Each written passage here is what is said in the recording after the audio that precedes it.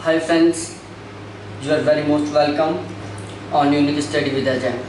दोस्तों, इस चैनल के ऊपर मैं नेट जेआरएफ फर्स्ट पेपर और ज्योग्राफी दोनों की बिल्कुल सिस्टमेटिक ढंग से क्लासेस चला रखा हूँ, तो आप मेरी सभी क्लासेस ज्वाइन कर सकते हो जो आपके लिए बहुत हेल्पफुल रहेंगी। ठीक है, बिल्कुल।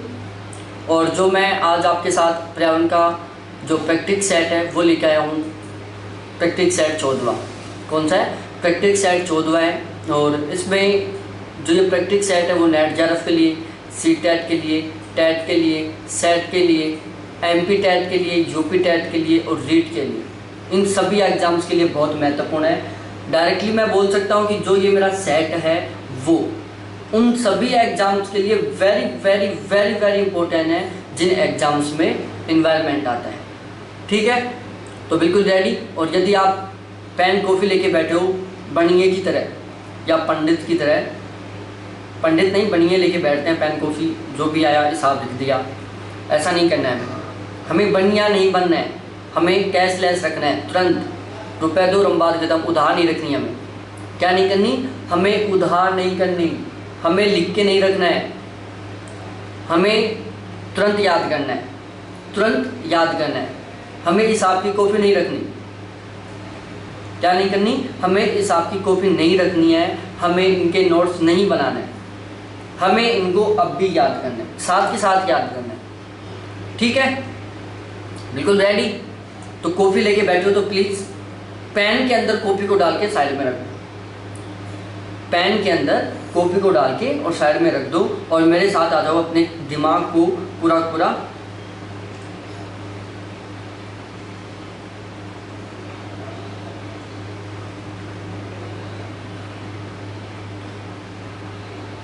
तो देखो अब हम बिल्कुल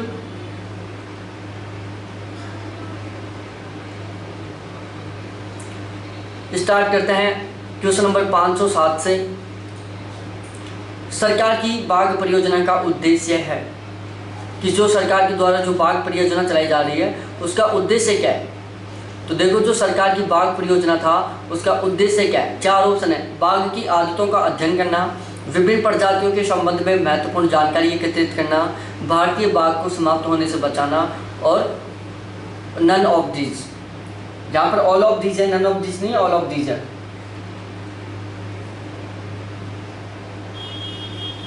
तो देखो यहाँ पर जो सही आंसर है वो है ऑप्शन नंबर सी।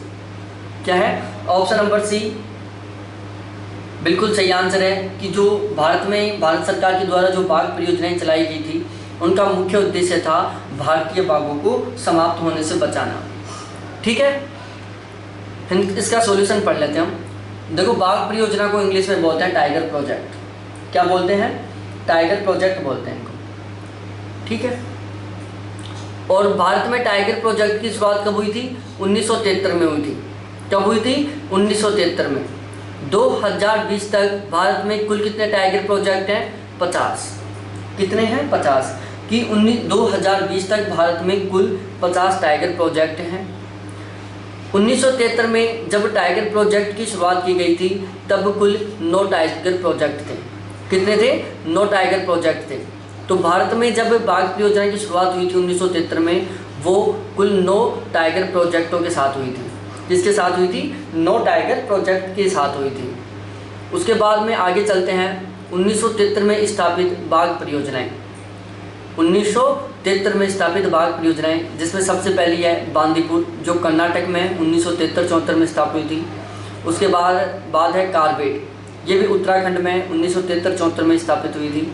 उसके बाद है कान्हा, ये मध्य प्रदेश में 1973-74 में स्थापित हुई थी। इसके अलावा मानस, ये आसाम में है, ये भी 1973 और 74 में स्थापित हुई थी। इसके बाद है मेलाघाट, मेलाघाट है जो महाराष्ट्र में है, ये भी 1973-74 में स्थापित हुई थी। उसके बाद है पलामऊ, क्या है?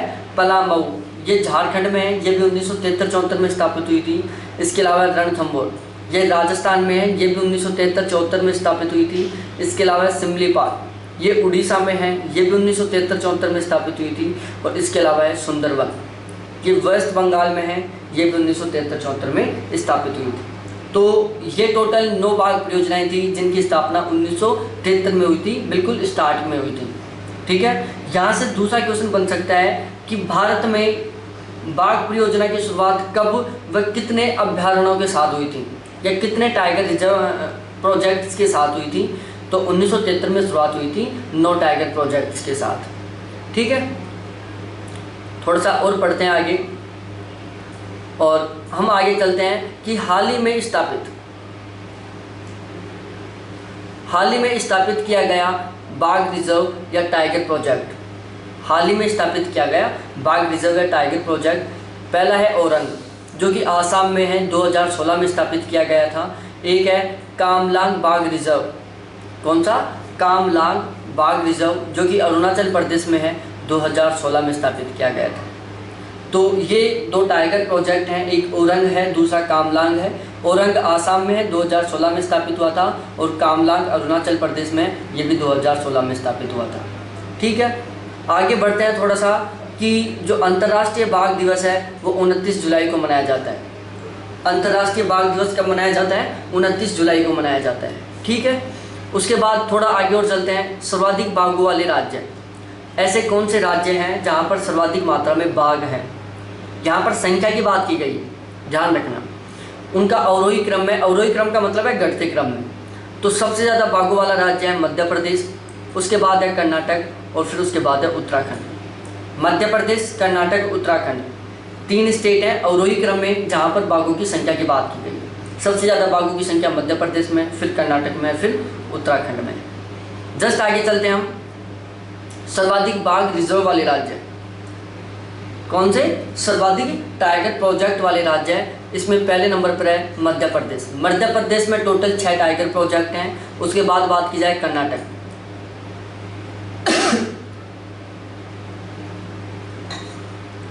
कर्नाटक में टोटल 5 टाइगर प्रोजेक्ट हैं, और फिर बात की जाए महाराष्ट्र, तो महाराष्ट्र में भी टोटल 5 टाइगर प्रोजेक्ट हैं। तो टाइगर प्रोजेक्ट हैं सबसे ज़्यादा कहाँ पर, मध्य प्रदेश में, कितने, 6, महाराष्ट्र में 5, कर्नाटक में 5। ठीक है, आगे चलें। तो ठीक है, अब आगे चलते हैं। जो टाइगर प्रोजेक्ट हैं उनका उद्देश्य क्या है, बाघों को समाप्त होने से बचाना। जो टाइगर प्रोजेक्ट हैं उनका उद्देश्य है बाघों को समाप्त होने से बचाना। इसके लिए क्या करना होगा, बाघों को बचाने के लिए कुछ भी काम करना पड़ेगा। उनका बाघों का संरक्षण करना है, उन्हें बचा के रखना है। आगे चलें हम क्वेश्चन नंबर 508 पर। ठीक है, 508वां क्वेश्चन है कि एक घास स्थलीय पारिस्थितिकी तंत्र की खाद्य श्रृंखला में विभिन्न घटकों का सही क्रम है। ठीक है, पहला है ऑप्शन ए में घास, टिड्डा, मेंढक और सांप। बी में है घास, टिड्डा, सांप और मेंढक। सी में है घास, मेंढक, टिड्डा और सांप। और डी में है सांप, मेंढक, टिड्डा और घास। ठीक है, इनको आपको एक सही क्रम में व्यवस्थित करना है। तो एक बार सोचो, बहुत सिंपल सा क्वेश्चन है। यहाँ पर खाद्य श्रृंखला है, मैं पहले पढ़ा चुका खाद्य श्रृंखला, जिसको फूड चैन बोलते हैं, और फूड वेब, खाद्य जाल, दोनों पढ़ा चुका हूँ मैं डेस्क्रिप्टिव टाइप से, बिल्कुल डिटेल से, खोल के एक पॉइंट को। और फिर आप गलत कर रहे हो तो यार मज़ेदार बात नहीं है, गलत नहीं होना चाहिए आपका। तो देखो भाई लोगों, सबसे पहले इसमें क्या आएगा बताओ, मैं तो बताऊंगा आपको, बिल्कुल सीधी सी बात है। तो जो 508वां क्वेश्चन है, इसका देखो सबसे पहले क्या होता है, घास स्थल है। मैंने बताया था वहाँ पर कि जो भी खाद्य श्रृंखला है वो जिस नाम से स्टार्ट हो रही है उसका स्टार्टिंग ये होगा। घास श्रृंखला है तो घास से स्टार्ट होगी। सबसे पहले घास को कौन खाएगा, टिड्डा खाएगा। टिड्डे को कौन खाएगा, मेंढक खाएगा, और मेंढक को सांप खाएगा। यदि आप गाँव से बिलोंग करते हो तो आपने देखा होगा जो सांप के, जो चूहे के बिल होते हैं, उनमें सांप घुसा जाता है, उनको चूहों को सांप खाता है। मेंढक को देखते ही सांप खा जाता है, जैसे मेंढक बाहर निकलता है सांप ने देख लिया तो तुरंत खा जाता है उसको। ठीक है, मेंढक क्या खाता है, मेंढक टिड्डे को खा जाता है, चुपचाप बैठा रहता है, टिड्डा आता है उसको तुरंत खा जाता है। और टिड्डे को कौन खाता है, घास को कौन खाता है, टिड्डा खाता है, बिल्कुल दादागिरी के साथ, आराम से बैठ के। ठीक है, थोड़ा सा पढ़ लेते हैं इसके बारे में। सॉल्यूशन में पढ़ा देता हूँ मैं आपको, थोड़ा सा मिनिमाइज करना पड़ेगा इसको। ये ला, तो देखो, यदि हम मरु घास खाद्य श्रृंखला की बात करें, सबसे छोटी खाद्य श्रृंखला है। जो मरु घास श्रृंखला है वो सबसे छोटी घास श्रृंखला है। ठीक है, उसके बाद में हम इसका क्रम देखते हैं कि सबसे पहले घास होता है, घास को पशु खाते हैं और पशु को मनुष्य खाता है। ये होता है मरुस्थलीय क्षेत्रों में, कि जो मरुस्थलीय क्षेत्रों की जो फूड चेन होती है वो सबसे छोटी होती है, उसमें घास को पशु खाते हैं, पशु को मनुष्य खाता है। उसके बाद हम बात करते हैं ताल, जिसको हम पौंड बोलते हैं। ताल या पौंड में खाद्य श्रृंखला, इसमें क्या होता है, सबसे पहले शैवाल होता है। शैवाल को कौन खाता है, प्रोटोजोआ खाता है। प्रोटोजोआ को कौन खाते हैं, छोटे जलीय कीट खाते हैं। छोटे जलीय कीटों को कौन खाता है, छोटी मछलियाँ खाती हैं, और छोटी मछलियों को कौन खाती हैं, बड़ी मछलियाँ खाती हैं। ठीक है, उसके बाद हम बात करते हैं घास स्थलीय खाद्य श्रृंखला। किसके बारे में, घास स्थलीय खाद्य श्रृंखला के बारे में। तो देखो, घास स्थलीय खाद्य श्रृंखला के मैंने 3 एग्जाम्पल दिए हैं। सबसे पहले बात करते हैं घास। घास को ग्रास होपर खाता है। ग्रास होपर को हिंदी में टिड्डा बोलते हैं। ग्रास होपर को हिंदी में टिड्डा बोलते हैं। तो घास को कौन खा रहा है, ग्रास होपर खा रहा है, और ग्रास होपर को कौन खाता है, बाज खाता है। ठीक है, नेक्स्ट चलते हैं घास। घास को कौन खा रहा है, ग्रास होपर खा रहा है। ग्रास होपर को कौन खा रहा है, छिपकली खा रही है, और छिपकली को कौन खा रहा है, बाज खा रहा है। घास को कौन किसने खाया, ग्रास होपर ने। ग्रास होपर को किसने खाया, छिपकली ने। छिपकली को किसने खाया, बाज ने। आगे चलते हैं घास। घास को किसने खाया, चूहे ने। घास को किसने खाया, चूहे ने। चूहे को किसने खा गया, सांप ने, और सांप को किसने खाया, बाज ने। ठीक है, अब आ जाओ आगे। क्वेश्चन नंबर 509, गिर के शेरों को रखे जाने हेतु किस राष्ट्रीय पार्क या अभ्यारण्य का चयन किया गया है। गिर के शेरों को रखे जाने हेतु किस राष्ट्रीय पार्क या अभ्यारण्य का चयन किया गया है। तो देखो, वो है पालनपुर कुनो। पालरपुर कुनो, पालपुर कुनो है, पालपुर कुनो। तो जो गिर के शहर हैं उनको सुरक्षित रखने के लिए, उनको संरक्षित रखने के लिए पालपुर कुनो एक अभ्यारण्य है, पार्क है, उसकी व्यवस्था की गई है। ठीक है, अब हम पढ़ते हैं आगे। देखो, वर्तमान में भारत में टोटल 105 राष्ट्रीय उद्यान है। भारत में कितने राष्ट्रीय उद्यान है, टोटल 105 राष्ट्रीय उद्यान है, जबकि राष्ट्रीय अभ्यारण्यों की संख्या कितनी है, 531 है। दो बात है, नेशनल पार्क 105 है, अभ्यारण्य 531 है। ठीक है, अब इनसे रिलेटेड कुछ इंपॉर्टेंट बातें हैं जो मैं आपको बता देता हूँ, जो मेरा फ़र्ज़ बन रहा है। मैं अपना फ़र्ज़ पूरा कर रहा हूँ, आपको बेस्ट कंटेंट दे रहा हूँ, आपके लिए बहुत शानदार सा कंटेंट निकाल के लेके आ रहा हूँ, चाहे उसके लिए मेरे को कितना ही हार्ड वर्क क्यों ना करना पड़ रहा हो। लेकिन आप अपनी जो रेस्पॉन्सिबिलिटी है उसको फॉलो नहीं कर रहे। आपकी छोटी सी रेस्पॉन्सिबिलिटी बताया था मैंने, स्टार्टिंग में बता दिया था, रेगुलर बताता हूँ।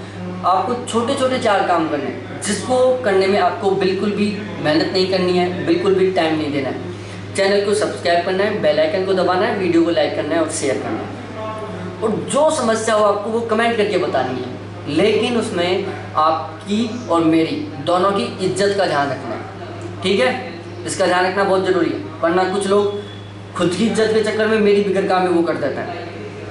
ठीक है, अब हम बात करते हैं केवलादेव नेशनल पार्क, जो राजस्थान में, राजस्थान का भरतपुर है, जहाँ पर केवलादेव नेशनल पार्क है। ये साइबेरियन क्रेन नामक प्रवासी पक्षियों का आश्रय स्थल है। कि जो केवलादेव नेशनल पार्क है वो राजस्थान में है, और ये साइबेरियन जो क्रेन है, साइबेरियन क्रेन एक पक्षी होता है, उनका आश्रय स्थल है। और ये प्रवासी पक्षी होते हैं जो साइबेरियाई क्षेत्रों से आते हैं। जब यहाँ पर गर्मी पड़ती है तो गर्मियों के मौसम में वो साइबेरिया से यहाँ पर आ जाते हैं। ठीक है, तो जो केवलादेव नेशनल पार्क है राजस्थान में है, ये साइबेरियन क्रेन नामक प्रवासी पक्षियों का आश्रय स्थल है। ठीक है, पन्ना नेशनल पार्क कहाँ पर है, मध्य प्रदेश में, यूनेस्को की विश्व विरासत सूची में शामिल है। क्वेश्चन आ जाता है कि निम्नलिखित में से कौन सा नेशनल पार्क यूनेस्को की विश्व विरासत सूची में शामिल है, तो वो है पन्ना नेशनल पार्क। ठीक है, आगे बात करें बांधवगढ़ नेशनल पार्क। जो बांधवगढ़ नेशनल पार्क है कहाँ पर है, मध्य प्रदेश में। ये सफ़ेद बाघों के संरक्षण के लिए प्रसिद्ध है। किसके लिए प्रसिद्ध है, सफ़ेद बाघों के लिए प्रसिद्ध है। क्वेश्चन आ जाता है कि सफ़ेद बाघों के लिए कौन सा नेशनल पार्क सर्वाधिक प्रसिद्ध है, तो वो है बांधवगढ़ का नेशनल पार्क जो मध्य प्रदेश में है, वो व्हाइट टाइगर्स के लिए प्रसिद्ध है। उसके बाद हम बात करते हैं पालपुर कुनो। पालपुर कुनो मध्य प्रदेश में है। गुजरात के गिर नेशनल पार्क से कुछ एशियाई शेरों को मध्य प्रदेश के पालपुर कुनो में शिफ्ट किया गया। क्या है कि पालपुर कुनो जो मध्य प्रदेश में है, गुजरात के गिर नेशनल पार्क से कुछ एशियाई शेरों को मध्य प्रदेश के पालपुर कुनो में शिफ्ट किया गया।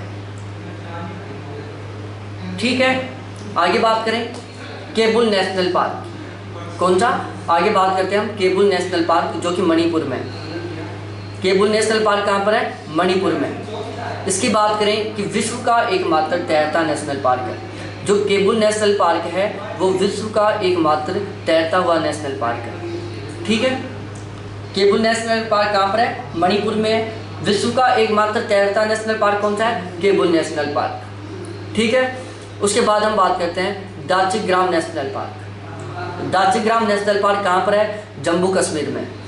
ठीक है, एकमात्र नेशनल पार्क है जहाँ पर कश्मीरी महामृग हंगूल पाए जाते हैं। क्या पाए जाते हैं? कश्मीरी महामृग हंगूल पाए जाते हैं। दाचिग्राम नेशनल पार्क जो जम्मू कश्मीर में है वो एकमात्र ऐसा नेशनल पार्क है जहाँ पर कश्मीरी महामृग हंगूल पाए जाते हैं। उसके बाद हम बात करते हैं हेमिस हाई नेशनल पार्क। कौन सा है? हेमिस हाई नेशनल पार्क जो जम्मू कश्मीर में है, भारत का सबसे बड़ा नेशनल पार्क है। जो हेमिस हाई नेशनल पार्क है जो जम्मू कश्मीर में है, ये भारत का सबसे बड़ा नेशनल पार्क है। ठीक है, आगे हम बात करें मानस नेशनल पार्क। तो देखो जो मानस नेशनल पार्क है वो आसाम में है। कहाँ पर है? आसाम में है। ये एक सींग वाले गैंडे के लिए प्रसिद्ध है। किसके लिए प्रसिद्ध है? एक सींग वाले गैंडे के लिए प्रसिद्ध है। आसाम में मानस नेशनल पार्क। उसके बाद हम बात करें Kaziranga national park. Kaziranga national park कहाँ पर है?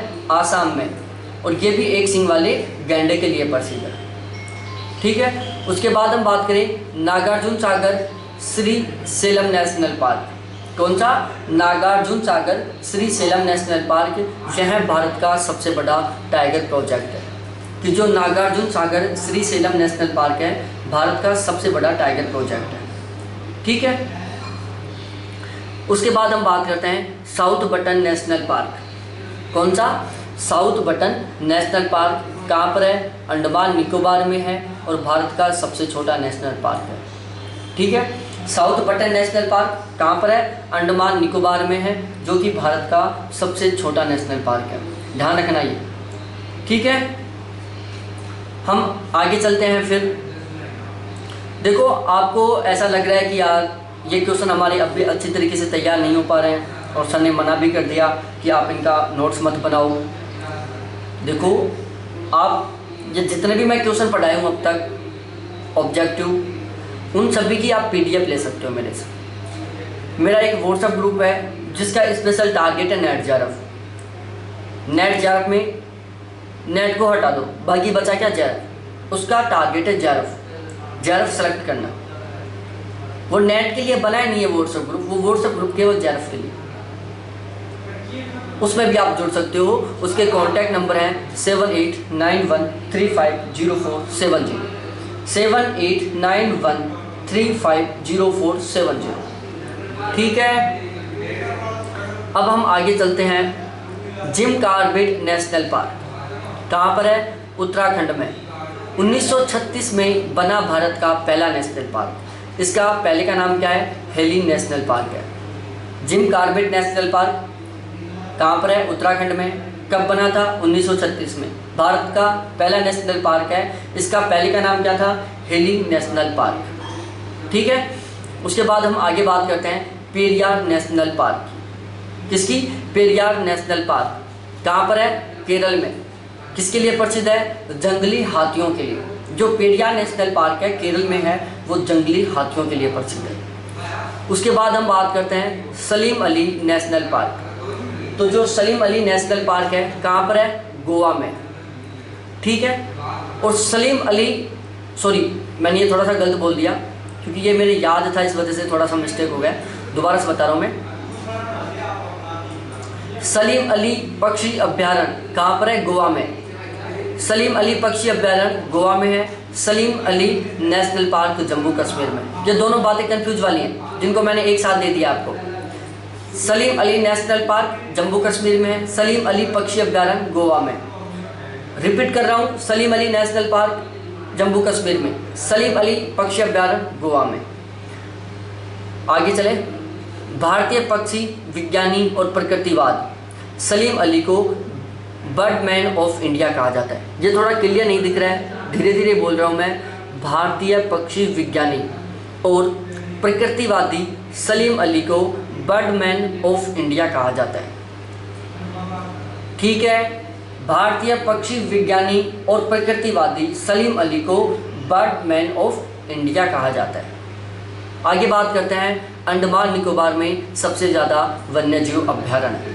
अंडमान निकोबार में सबसे ज़्यादा वन्यजीव अभ्यारण्य है और मध्य प्रदेश में सबसे ज़्यादा नेशनल पार्क है। सर्वाधिक नेशनल पार्क मध्य प्रदेश में, सबसे ज़्यादा वन्यजीव अभ्यारण्य अंडमान निकोबार में। अब हम आगे बात करते हैं क्वेश्चन नंबर 510 पर। हमें इनको सुमेलित करना है कि यहाँ पर कौन सा सही सुमेलित है।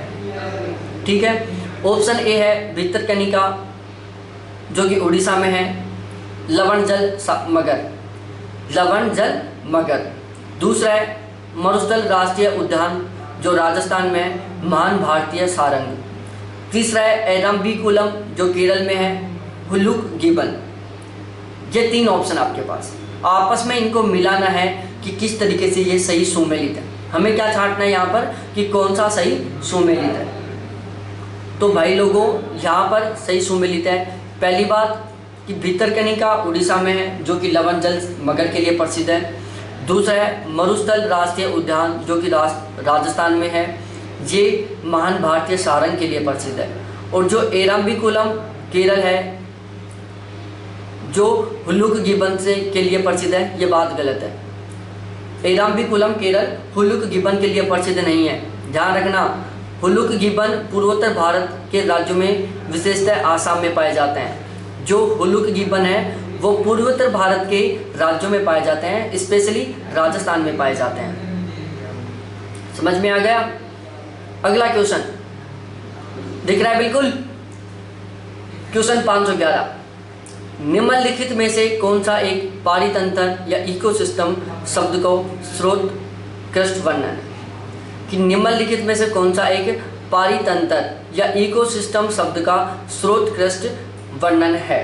दोबारा से बोल रहा हूँ, निम्नलिखित में से कौन सा एक पारितंत्र या इकोसिस्टम शब्द का स्रोतकृष्ट वर्णन है। ऑप्शन ए, एक दूसरे से अन्योन्य क्रिया करने वाले जीवों का एक समुदाय। एक दूसरे से अन्योन्य क्रिया करने वाले जीवों का एक समुदाय। पृथ्वी का वह भाग जो सजीव जीवों द्वारा आवासित है, जीवों का समुदाय और साथ ही वह पर्यावरण जिसमें वो रहते हैं। और तीसरा है किसी भौगोलिक क्षेत्र के वनस्पति जात और प्राणी जात। आपको बताना है कि इकोसिस्टम से संबंधित कौन सा कथन सही है। किससे संबंधित? इकोसिस्टम से। ठीक है, बताओ। मैं तो बताऊंगा ही, इकोसिस्टम से संबंधित है ऑप्शन सी। 5 से 11वां क्वेश्चन का सही आंसर है ऑप्शन सी कि जो इकोसिस्टम है वो जीवों का समुदाय और साथ ही वह पर्यावरण जिसमें वो रहते हैं का अध्ययन करता है। ठीक है, इकोसिस्टम इसको मैं डिटेल से पढ़ा चुका हूँ। डेस्क्रिप्टिव में वीडियो मिल जाएगा आपको इकोसिस्टम का और इकोलॉजी का। इकोलॉजी जिसको हम पारिस्थितिकी बोलते हैं, इकोसिस्टम जिसको हम पारिस्थितिकी तंत्र बोलते हैं। दोनों को बिल्कुल डिटेल से समझा रखा हूँ, जरूर देखना। आई कार्ड जो मेरा इस वीडियो का आई कार्ड है उसमें मैं उसकी प्लेलिस्ट ऐड कर दूंगा, उसमें देख लेना। ठीक है, वीडियो के आई कार्ड में ध्यान रखना, वीडियो के आई कार्ड में। आगे हम बात करते हैं पारितंत्र। पारिस्थितिकी तंत्र को ही पारितंत्र भी बोलते हैं, इकोसिस्टम भी बोलते हैं। किसी क्षेत्र के सभी जीवधारी तथा वातावरण में उपस्थित अजैव घटक संयुक्त रूप में पारितंत्र का निर्माण करते हैं। पारितंत्र इकोसिस्टम का निर्माण किसी क्षेत्र के सभी जीवधारी तथा वातावरण में उपस्थित अजैव घटक संयुक्त रूप में पारितंत्र का निर्माण करते हैं। पारितंत्र दो घटकों से मिलकर बना होता है, एक जैविक घटक होता है, दूसरा अजैविक घटक होता है। पारितंत्र किससे मिला होता है? जैविक और अजैविक घटकों से मिलकर बना होता है। अगला क्वेश्चन है, पढ़ो।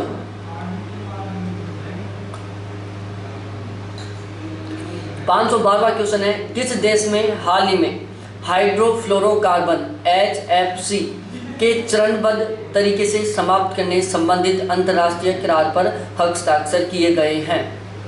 दोबारा से रिपीट कर रहा हूँ, क्वेश्चन नंबर 512 कि किस देश में हाल ही में हाइड्रोफ्लोरोकार्बन HFC के चरणबद्ध तरीके से समाप्त करने संबंधित अंतर्राष्ट्रीय करार पर सिग्नेचर किए गए हैं? पहला रवांडा है, दूसरा मोरक्को है, तीसरा साउथ अफ्रीका है और चौथा अल्जीरिया है। तो 512वां क्वेश्चन का सही आंसर है Rwanda. Option A is the right answer of this question, Rwanda. उसके बाद नेक्स्ट क्वेश्चन है 513वां, जैव आवर्धन का तात्पर्य किसकी वृद्धि से है? देखो, जैव आवर्धन, यदि आपने इसका इंग्लिश मीनिंग याद कर रखा है, इसको बोलते हैं बायोमैग्निफिकेशन।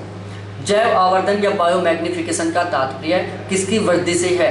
ऑप्शन ए जीवित जीवों में प्रदूषकों की सांद्रता, बी जाति की संख्या, सी जीवित जीवों का अभाव, डी बायोमास। बताओ, बायोमैग्निफिकेशन का तात्पर्य क्या है, किसकी वृद्धि से है? तो वो है जीवित जीवों में प्रदूषकों की सांद्रता। बायोमैग्निफिकेशन का वीडियो मेरा एनवायरनमेंट का सबसे लास्ट वीडियो है, जिसमें मैंने बायोमैग्निफिकेशन को बिल्कुल खोल खोल के निचोड़ निचोड़ के पढ़ा दिया है। मस्त चल रहा है ना काम। उसके बाद क्वेश्चन नंबर 514 पर बात करते हैं।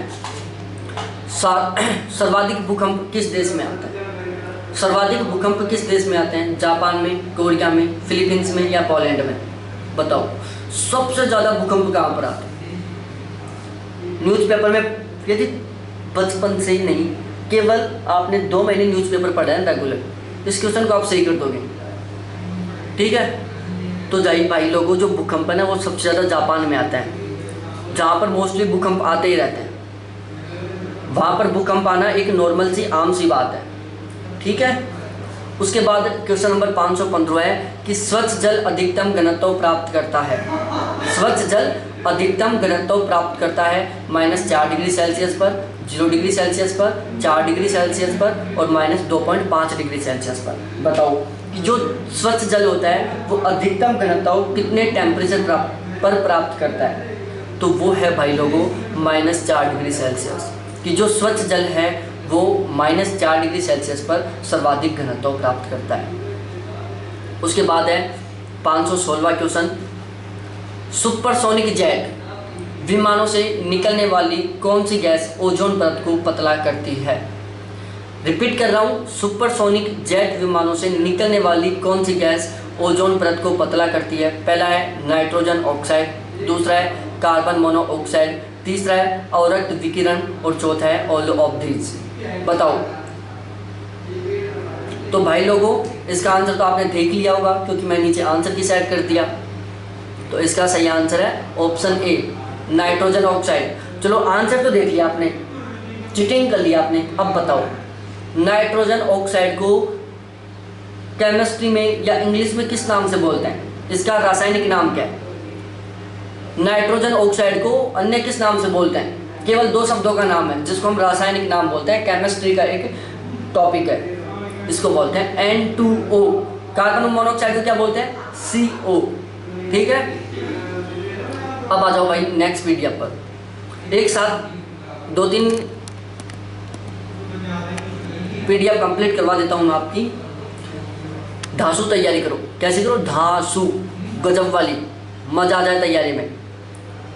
दूसरा भी सोचो यार, तेरी इतने मार्क्स कैसे लेके आए? फिर आप बताओ खुश हो के, यार unique study with Ajay channel को फॉलो करता था, वहाँ पढ़ता था, उनके व्हाट्सएप ग्रुप में ऐड था मैं, फिर मेरा स्कोर हुआ।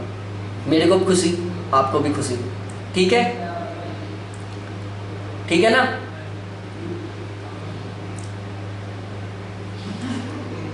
तो अब यहाँ पर हम बात करते हैं जो पर्यावरण का प्रैक्टिस 15 है। देखो यहाँ पर हर में लिखा हुआ है पर्यावरण 14, पर्यावरण 15। कुछ लोग सोच रहे होंगे कि सर उसको पर्यावरण 14 या 15 में डिवाइड क्यों किया? 20 क्वेश्चन एक साथ में कर सकते थे। भाई लोगों, मैं रेगुलर उस व्हाट्सएप ग्रुप में पीडीएफ डालता हूँ, प्रैक्टिस क्वेश्चनों की PDF डालता हूँ, तो वो PDF मैं पहले वहाँ डाल देता हूँ, फिर उसका आज मैंने वीडियो बना दिया, तो इसलिए ये। और ये भी मत ध्यान रखना कि फिर व्हाट्सएप ग्रुप में जुड़ने से मतलब क्या हुआ, आप PDF तो यहाँ पर भी डाल रहे हो, यहाँ पर भी पढ़ा रहे हो। भाई दिन रात का अंतर है, वहाँ पर मैं और भी सुविधाएं प्रोवाइड करवाता हूँ, इनका और भी डिटेल से डिस्क्रिप्शन देता हूँ, इनका पॉइंट टू पॉइंट विवरण करता हूँ, reasoning, math, DI, logical reasoning, इनके प्रैक्टिस क्वेश्चन डालता हूँ। बहुत बेनिफिट है, रुपये ले रहा हूँ, एक्स्ट्रा काम दूंगा आपको। थोड़ा सा चार्ज लगेगा व्हाट्सएप ग्रुप का। रुपये का मतलब ये कि जो व्हाट्सएप ग्रुप है वहाँ पर आपको थोड़ा सा पे करना पड़ेगा। कितना? थोड़ा सा।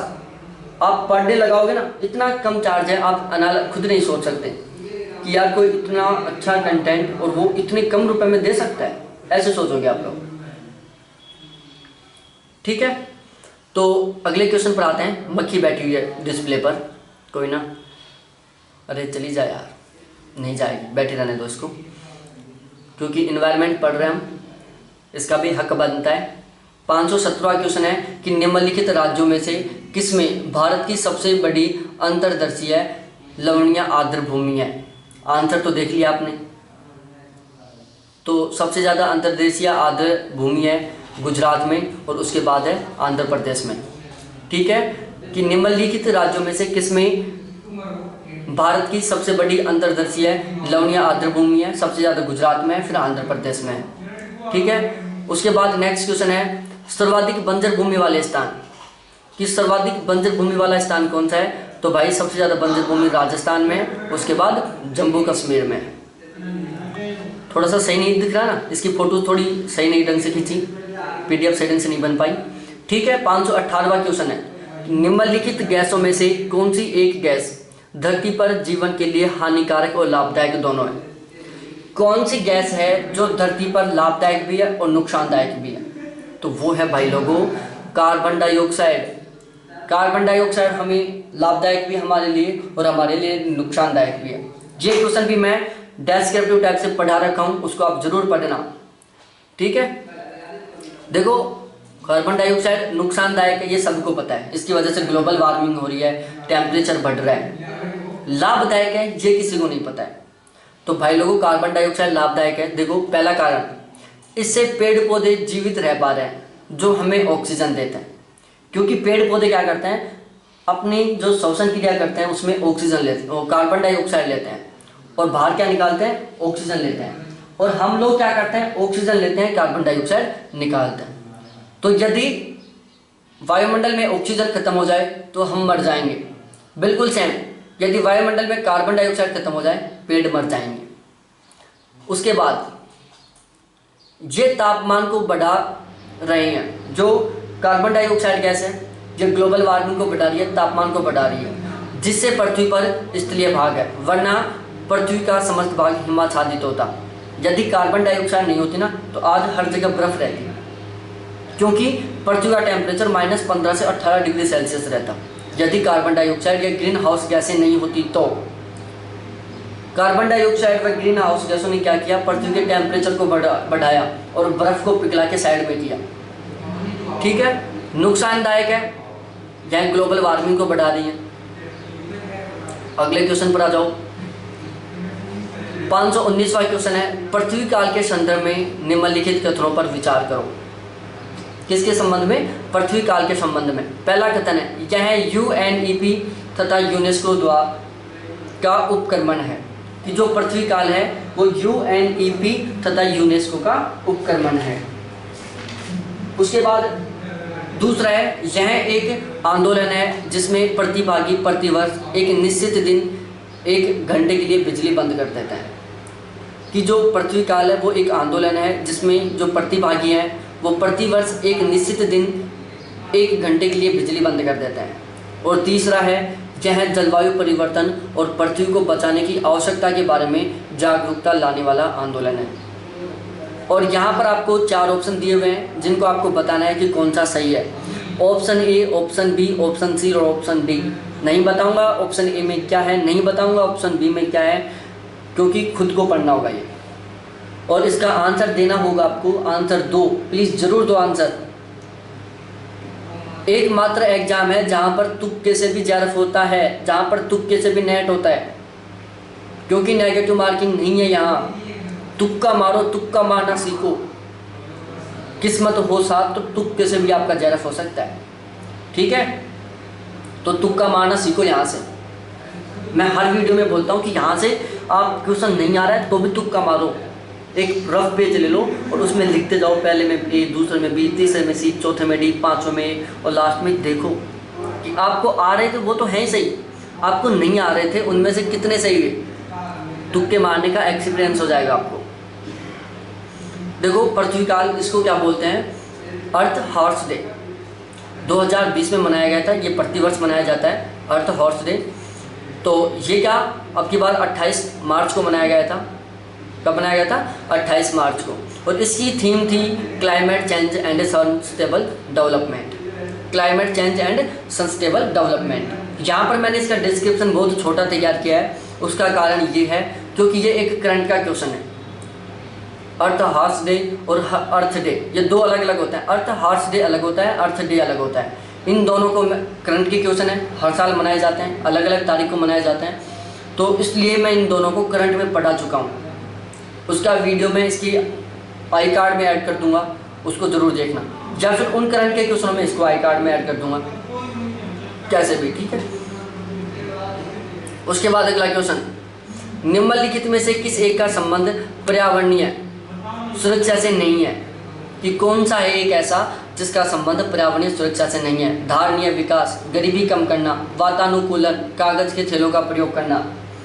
520वें का सही आंसर बताओ। तो भाई लोगों इसका सही आंसर है क्या? गरीबी कम करना। कि भाई पर्यावरण की सुरक्षा की बात की गई है, उसमें गरीबी का क्या मतलब है?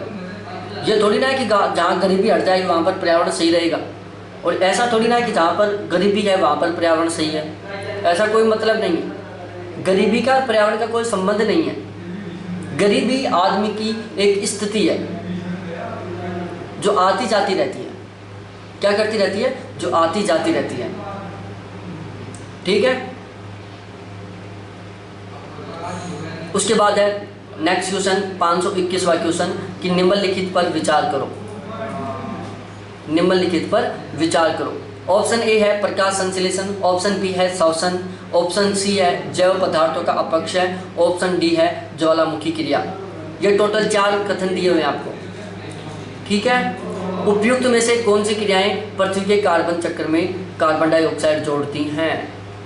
कि इनमें से कौन सी क्रियाएं हैं जो पृथ्वी के कार्बन चक्र में कार्बन डाइऑक्साइड जोड़ती हैं? ऑप्शन ए है पहला और चौथा, ऑप्शन बी है दूसरा और तीसरा, ऑप्शन सी है दूसरा, तीसरा और चौथा, और ऑप्शन डी है कि पहला, दूसरा, तीसरा और चौथा। बताओ इसका सही आंसर क्या होगा? 521वें का सही आंसर क्या होगा? इसका सही आंसर है ऑप्शन सी।